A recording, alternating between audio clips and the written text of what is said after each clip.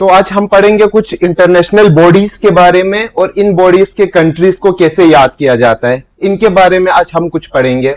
International bodies for example आपका G20 है। G20 के कंट्रीज के नाम को हम कैसे याद करें, कैसे हमें पता चले कि जर्मनी G20 का पार्ट है कि नहीं है, यूएसए G20 का पार्ट है कि नहीं है। इनके लिए कुछ छोटी छोटी ट्रिक्स होता है।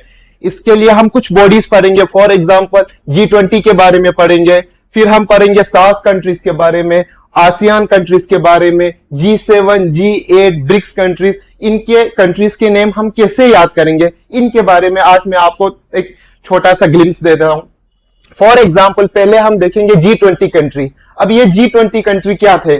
G20 कंट्री तब बने थे जब हमारे 1997-98 में जब एशियन जो क्राइसिस आया था, तो वहां पे हमारे जो गवर्नमेंट और बैंक के गवर्नर्स थे, सेंट्रल बैंक के गवर्नर्स थे, उन्होंने मीटिंग किया था कि हमें अब आगे ऐसा ना हो, इसके लिए कुछ करना पड़ेंगे, हम सब मिलके हमें कुछ स्टेप्स उठाना पड़ेंगे। इसके लिए उन्होंने बनाया था G20 कंट्रीज। अब G20 कंट्रीज के नाम याद इस तरह किया जाता है। इसके लिए एक छोटा सा ट्रिक है। G20 के नाम याद करने के लिए गुरुजी, सीता, अब, SSC, FCI में। इसको याद करने का तरीका गुरुजी, सीता, अब, SSC, FCI में। G for Germany, U for USA, R for Russia, U for UK, J for Japan, I for India, S for Saudi Arabia, I for Italy, T for Turkey, A for Argentina. यहां पे A for Australia,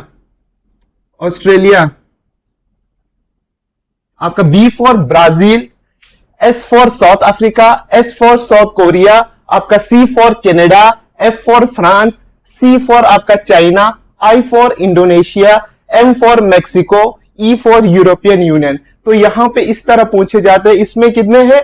कुल 19 countries है और एक European union है।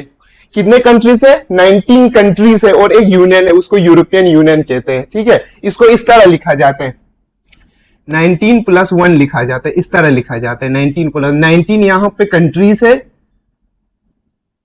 और आपका एक क्या है, 1 जो है ये आपका यूरोपियन यूनियन है।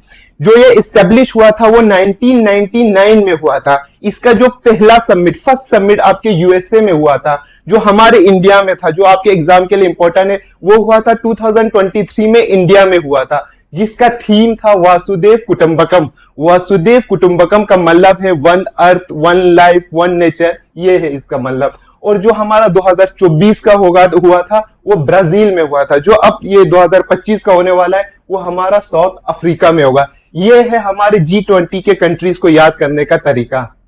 अब हम करेंगे सार्क कंट्रीज का। जो आपके सार्क कंट्रीज है इनके नाम कैसे याद करते हैं? सार्क कंट्रीज के, सार्क का मतलब क्या होता है? South Asian association for regional cooperation. इनके बारे में करेंगे, इनके कंट्रीज को कैसे याद किया जाता है। सार्क का जो होता है, इसका हमारा हेडक्वार्टर कहां पे? नेपाल में है। कहां? नेपाल में भी कहां पे? काठमांडू में, जो इनका कैपिटल है काठमांडू, वहां पे। यहां पे आपके 8 कंट्रीज है। 8 कंट्रीज कौन है? इसको याद करने का तरीका है MBBS पेन। यानी जब आप MBBS करते हो तो बहुत पेन होता है, क्योंकि क्यों होता है? वहां पे पढ़ना बहुत होता है, इसलिए M for Maldives, B for Bhutan, B for Bangladesh, S for Sri Lanka, आपका P for Pakistan, A for आपका अफगानिस्तान, I फॉर आपका इंडिया, N फॉर नेपाल। ये आपके सार्क कंट्रीज के नाम है। इनके नाम इस तरह करते हैं, MBBS पेन। ये आपके सार्क कंट्रीज के नाम है। इसके बाद में और आपको एक और कहूंगा, ये है आसियान कंट्रीज के नेम। आसियान कंट्रीज के नेम बताते हैं। तीसरा है आपका आसियान कंट्रीज। आसियान कंट्रीज के नेम कैसे याद किया जाता है? आसियान किसको कहते हैं पता है? आसियान, जब आप वर्ल्ड मैप बनाते हो, जब आप इस तरह वर्ल्ड मैप बनाते हो ना, ये है अफ्रीका, यहां से यहां पे हमारा प्यारा भारत, यहां से जो यहां पे अफ्रीका के इस साइड पे, इंडिया से यहां पे, इधर से क्या होता है आपके यहाँ Indonesia, Borneo, Cambodia, Vietnam, Thailand, जो ये वाला इलाका है, यहां से ये ऑस्ट्रेलिया, सिंगापुर, फिलीपींस, ये वाला इलाका, इसको कहा जाता है आपके आसियान कंट्रीज। कौन से?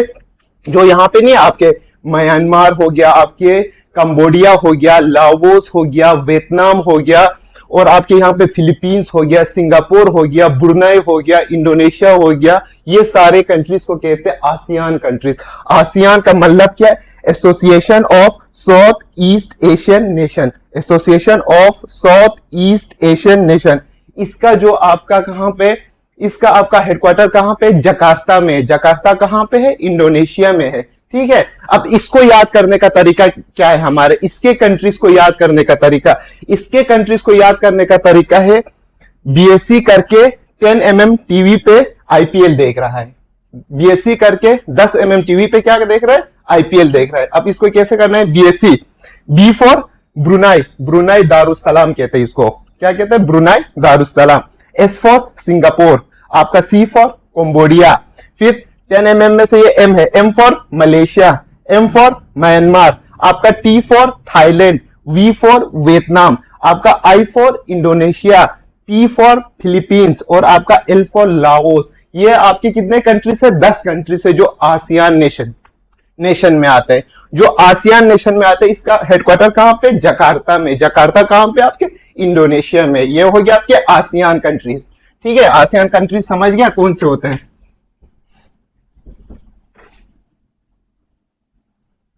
अब हमारे G7 कंट्रीज होते हैं, एक हमारे होते हैं ग्रुप ऑफ 7 कंट्रीज। अब ये ग्रुप ऑफ 7 कंट्रीज के हमें कैसे याद करेंगे? ग्रुप ऑफ 7 कंट्रीज के आपके कंट्रीज के नेम कैसे याद करेंगे? इसके लिए एक छोटा ट्रिक है, उसको क्या कहते हैं? Juice with girlfriend. गर्लफ्रेंड के साथ जूस पीने जाओ। क्या है जूस का? जे फॉर जापान, आपका U for USA, I for Italy, C for Canada, E for England. With girlfriend का क्या होता है? G for Germany, F for France. ये होता है आपके क्या? G7 कंट्रीज को याद करने का तरीका। G7 कंट्रीज को याद करने का तरीका, जूस विथ गर्लफ्रेंड। जूस का जापान, यूएसए, इटली, इंग्लैंड और आपका कनाडा, जी फॉर आपके जर्मनी, एफ फॉर आपके फ्रांस। ये होते हैं आपके G7 को याद करने का तरीका।